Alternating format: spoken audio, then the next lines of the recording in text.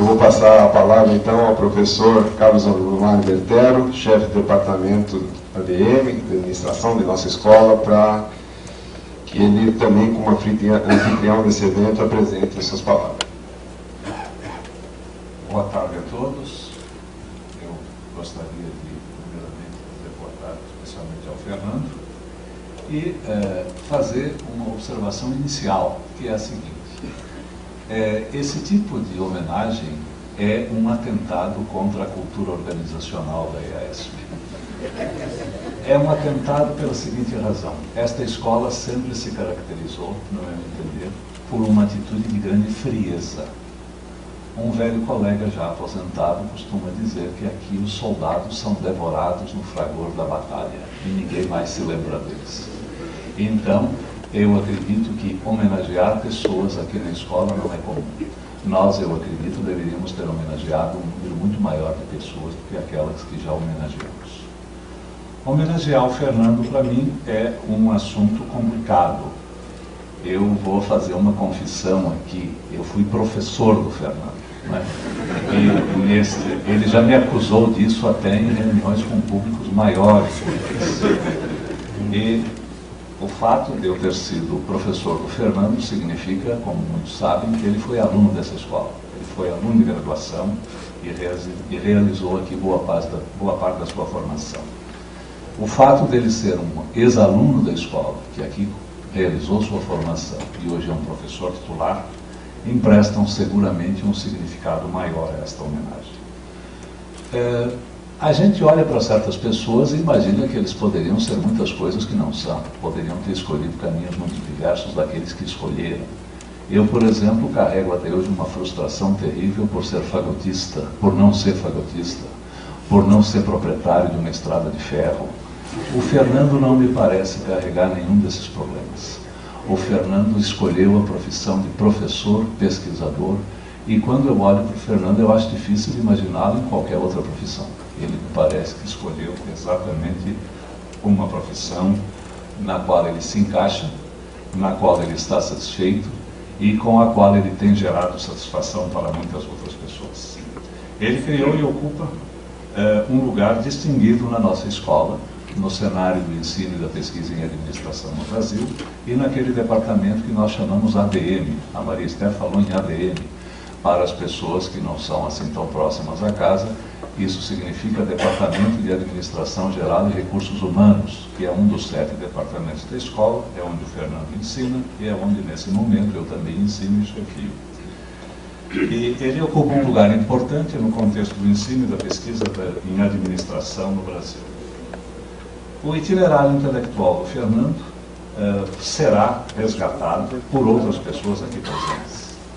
Mas eu lembraria que ele desenvolveu uma competência notável em várias ciências sociais para uma pessoa que não é formalmente um cientista social. Quando eu digo não é formalmente um cientista social, eu quero dizer que não teve uma educação formal em ciências sociais.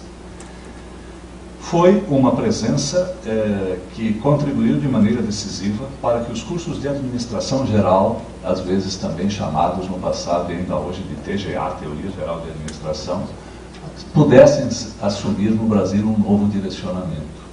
Todos nós nos lembramos que esses cursos inicialmente eram uma espécie de um receituário de coisas muito antigas, prescrições nem sempre adequadas, e que muitas vezes eram cursos que se resolviam quase que numa série de truísmos que não se viam muito relacionados com outras coisas no currículo de administração.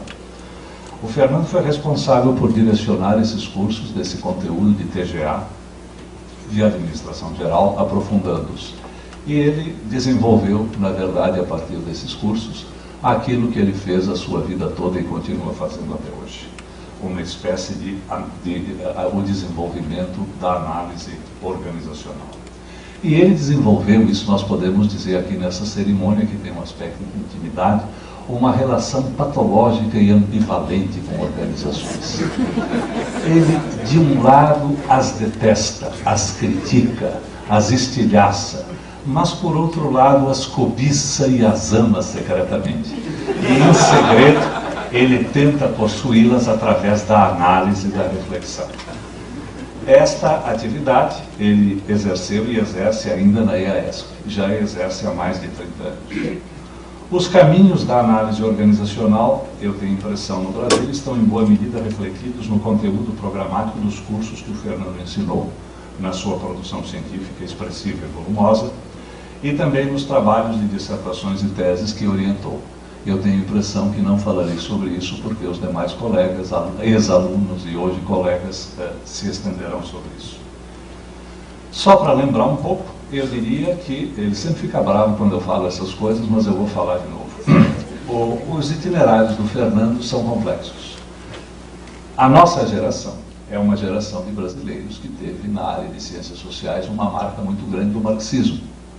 E o Fernando, e como a maioria das pessoas aqui presentes, eu próprio tivemos, inegavelmente, esta marca de marxismo.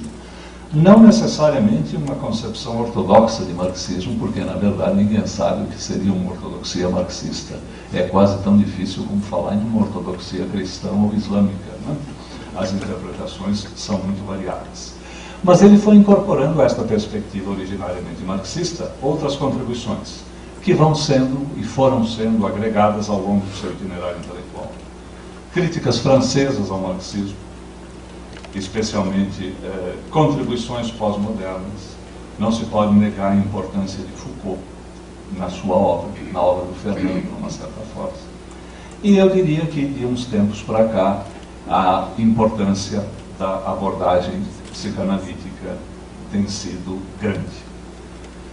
Todas essas fontes não devem, todavia, obscurecer a habilidade do Fernando para as contribuições brasileiras, dentre as quais eu ressaltaria sua familiaridade e a presença no seu trabalho de autores clássicos brasileiros como Gilberto Freire, Roberto da Mata, Sérgio Buarque de Holanda, Oliveira Viana, para mencionar apenas alguns. Não é possível, e eu não vou me dedicar aqui a realizar uma espécie de síntese do trabalho do Fernando. Se eu pudesse, digamos, pegar dois aspectos, eu diria: ele sempre se preocupou com a exploração da interface sociedade-organizações, desde o início. O fato de que, digamos, organizações, por o fato de serem organizações formais ou complexas, que é o nome pelas quais elas eram referidas no passado, pelas quais ainda são referidas hoje, elas têm uma grande importância para o entendimento da sociedade. Nós poderemos, provavelmente, entender melhor a sociedade entendendo organizações. E esse processo é um processo interativo, é um processo circular. Nós poderemos também entender melhor a sociedade se entendermos as organizações.